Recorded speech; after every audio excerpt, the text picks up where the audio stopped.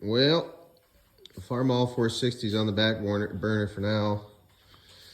We got this Allis 6070 series. Actually made, I believe it was 972 of them. Less than 1,000 ever made.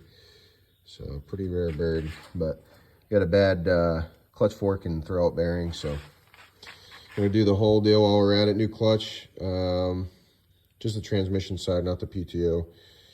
Pressure plate, all new bearings back there, and got a cab kit coming in, new seat. It's pretty well tore up in there. It's pretty rough. So got a headliner, lower cab kit, upper cab kit, new seat, new floor.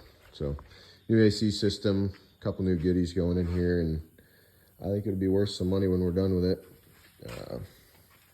Kind of a rough old tractor, but cab tractor with heat, AC, and new clutch, so it'll be worth something. But we actually got that Walker mower. She's up and running. I did a full service. I actually mowed the lawn with it tonight.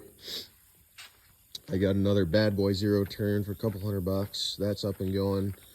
And the old Farmall's out there, probably waiting to come in the shop here pretty soon, actually. So that's the update.